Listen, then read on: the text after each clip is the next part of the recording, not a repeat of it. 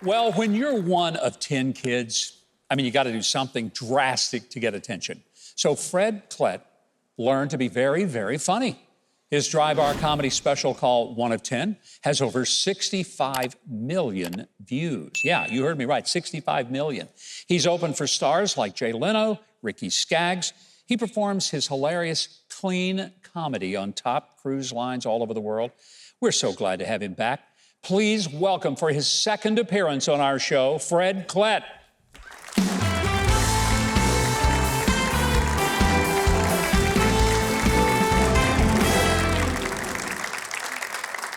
Thank you. Thank you. It's nice to be back. Please stop.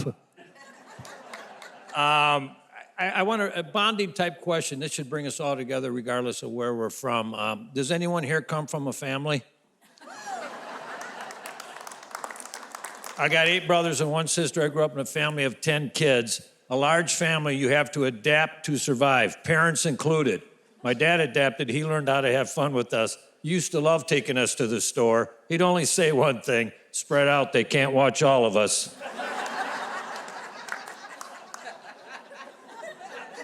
Now, most kids, their favorite holiday is Christmas, not when you're from a large family because it might not be your turn to get a present that year. A large family, your favorite holiday is Halloween because it is incentive-based. If you hustle, you can stock up for the year.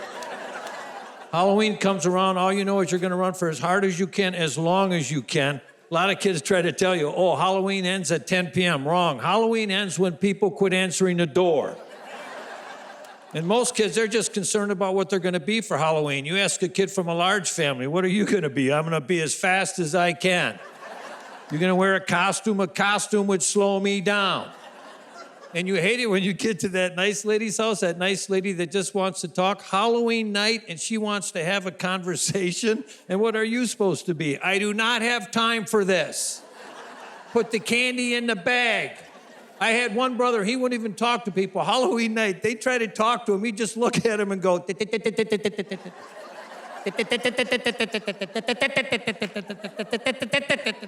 I've seen grown men just back away, just throw candy at him, maybe he'll leave.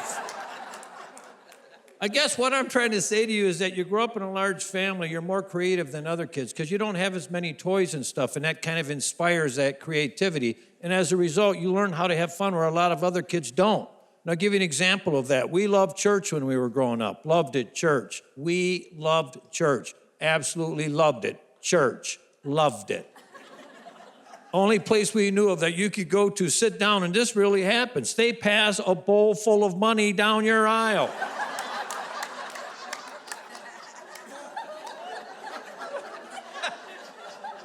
We didn't even have to say trick or treat.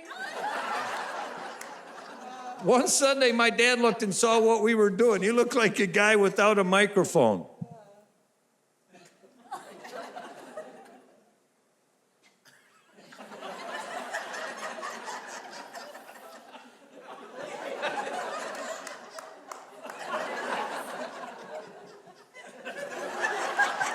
And as a child, when you see your dad doing that, you realize he's helpless. You do what comes natural for a kid.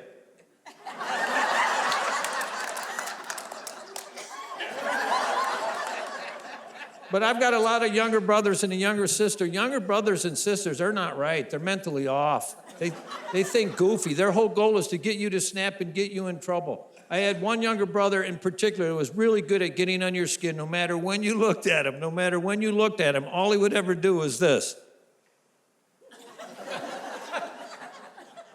They're not right. They're mentally... You ever have a younger brother or sister just walk up and touch you? They just want to touch you. And you're thinking, well, I can ignore that. But after about an hour, it starts to get you. And just before you're ready to snap, they change weapons. They go from the touch to the almost touch. The almost touch is worse than a touch. They just put it out there till you pick it up with your vision. Once you spot it, you can't look at anything but. Then they come in for the almost touch. And that's when you snap. You try so hard not to, but it's like your arm has a life of its own. Whack! Now my brother's crying. I'm looking around for a stick, hoping someone else hit him at the same time.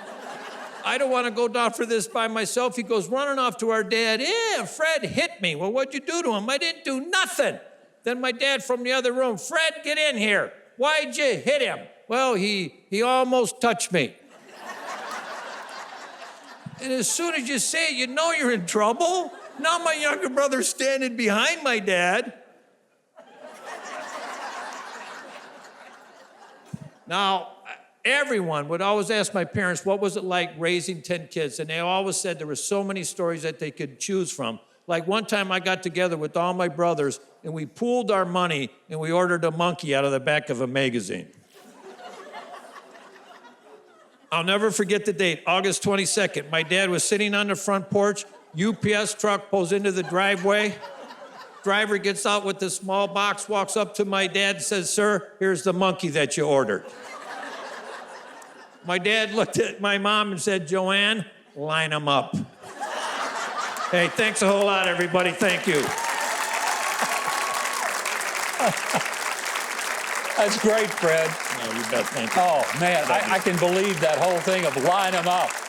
Hey, if you want to see Fred Klett's booking information, tour schedule, invite him to your community, or learn more about his hilarious clean comedy, including his DVD and Dry Bar special called 1 of 10, it's simple. Visit Huckabee.tv. I don't know how busy you are, but since you're clearly slacking off watching YouTube videos, you probably got the time to subscribe to my channel and hit the notification bell and the like button. That way you get updates on new videos.